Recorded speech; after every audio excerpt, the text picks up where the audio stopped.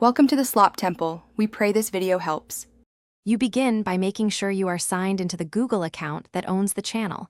This is essential so Studio shows your channel. Once done, open the Play Store or App Store and install or update YouTube and the YouTube Studio app. You need both for full control. Make sure the apps have storage and notification permissions so uploads and alerts work. Now, launch YouTube Studio. You will be taken to the dashboard where channel analytics and video controls appear.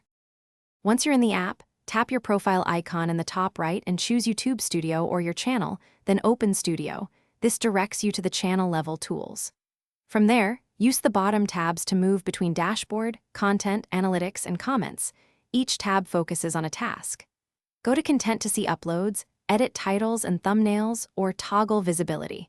Filters and the search bar speed up finding a specific video. This structure helps you manage publishing and monitor performance. To finish, edit details like title, description, tags, and thumbnail. Make sure to save changes and confirm video visibility, public, unlisted, or private, so it reaches the right audience.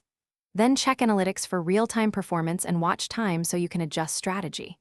If Studio won't load or features are missing, force quit the app, clear cache, and if needed, reinstall. This resolves most problems. If sign-in still fails, verify your Google account permissions and try again. Thanks for watching. Consider subscribing if we helped you.